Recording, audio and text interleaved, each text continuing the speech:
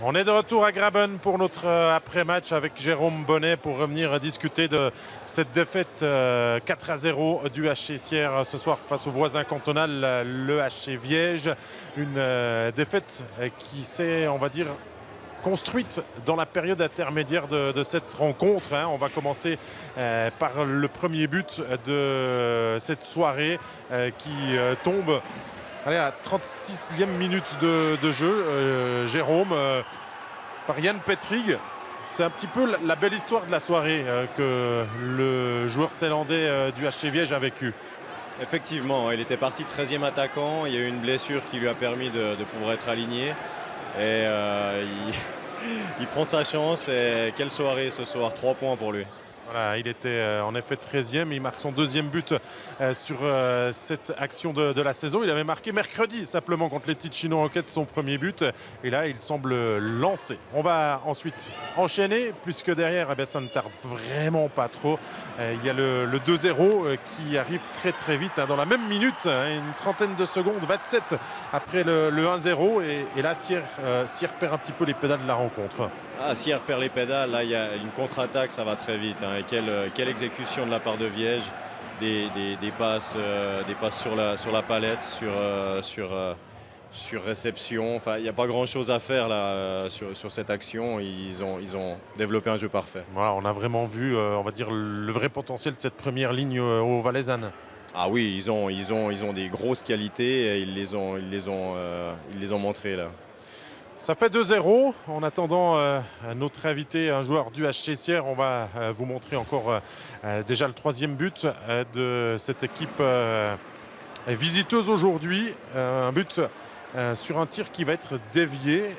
C'est ces petits détails aussi peut-être qui ont parlé en faveur de Viège, là, qui enfonce le clou, on va dire, juste en fin de deuxième période. Oui, alors oui et non. Je pense que Viège a tout fait juste aussi sur cette action. Ils sont arrivés, le puck était bas, ils n'ont pas trouvé la faille, ils remontent le puck, il y a une jouerie à 3 joueurs qui se fait. Le puck arrive sur le défenseur qui prend sa chance. On sait qu'il y a du monde devant le shoot. Et des fois c'est bloqué, des fois c'est dévié, des fois ça rentre. Bon, mine de rien, le match était quand même assez équilibré jusqu'à cette 36e minute de jeu. Et là, on se retrouve à aller au vestiaire pour la deuxième fois. On est mené 3-0. On est quand même un petit peu sonné, j'imagine.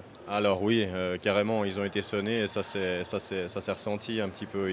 S'ils avaient réussi à réagir ou bien tenir le 1-0, en tout cas plus longtemps, on aurait pu les imaginer revenir dans le match. Mais là, avec ces 3 goals qui sont arrivés coup sur coup, ça a été compliqué pour eux. Parce que dans la troisième période, eh bien, Sierre a essayé, mais n'a pas vraiment donné la pression de pouvoir aller chercher ces 3 buts de retard. On retient notamment cette énorme opportunité de la 50e minute de jeu. Les 2 étrangers qui s'associent. Très belle action de jeu, Jérôme. Et ça ne veut pas ce soir, c'est la barre transversale. Non, effectivement, les 2 étrangers, là, ils développent du bon hockey.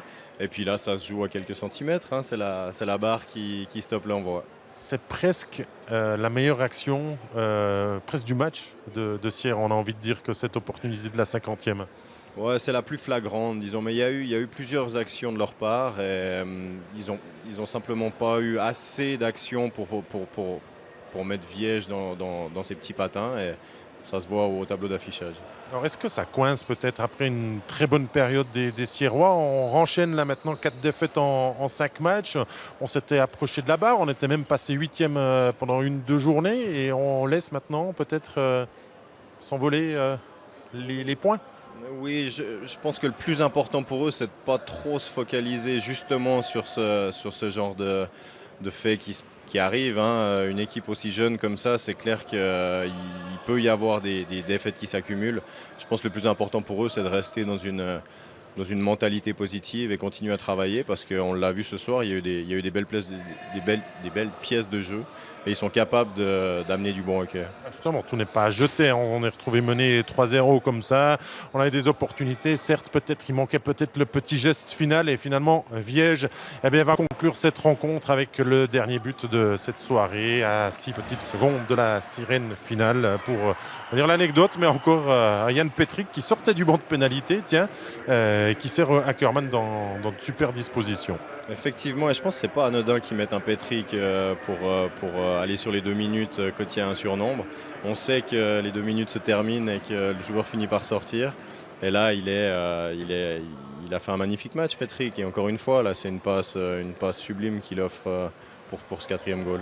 Alors mercredi, dans notre studio, Jérôme, Sébastien Picot, le CEO de Viège, nous disait qu'il avait accepté d'aller jouer avec les juniors élites pour retrouver la forme après une petite blessure. Il a fait 2 matchs, il a bien joué, il revient, il marque mercredi, il marque encore le match de son empreinte aujourd'hui. Tiens, il est peut-être amené à gagner une place dans la hiérarchie offensive de cette équipe de Viège. Il va la gagner, que ce soit maintenant ou dans un petit moment, il va la gagner, il la mérite. Et est-ce qu'il va même s'arrêter à rester en Swiss League? On n'en sait rien encore, mais il a montré des très belles choses ce soir. Alors, 3e derby valaisan ce soir. Viège, on va dire, ramène une certaine logique, gagne en face en derby.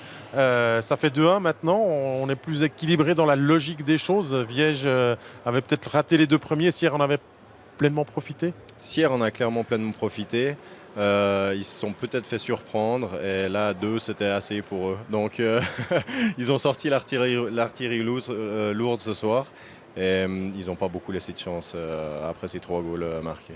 Eh bien, on va récapituler ce que cela donne au classement de Swiss League pour vous dire que cette journée s'est terminée, qu'il y avait d'autres matchs aussi qui se sont joués tout au long de ce dimanche 1er décembre et la hiérarchie ne change pas vraiment, en tout cas au niveau de ce que l'on peut voir. Viège 4e.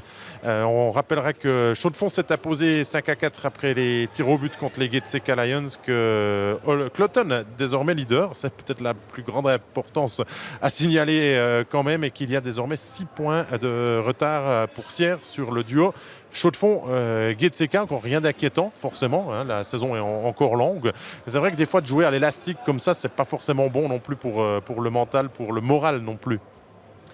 Non, c'est jamais bon pour le moral, mais ça fait partie du hockey, de chaque sport professionnel en fait. Ça peut bouger et il faut jamais se démonter, il faut savoir rebondir et puis trouver les solutions quand ça marche pas. Voilà, on a terminé pour ce studio Sierre-Viège. On vous dit qu'on est dimanche soir, qu'on a encore un programme cette semaine, 2 matchs de National League. Et mercredi, rendez-vous obligatoire de Swiss League. On sera à la patinoire des Mélèzes pour le HC La Chaux-de-Fonds face à Holton. Merci beaucoup Jérôme Bonnet d'avoir été mon consultant ce soir. Merci à toi. Et toujours un plaisir. Merci aussi à Régis, à Stéphane, à Mélissa, à la production et à toute l'équipe technique. Et bien sûr à vous, chers téléspectateurs. Terminez parfaitement bien votre week-end. On se donne rendez-vous dès mardi pour de nouvelles aventures. Bye bye.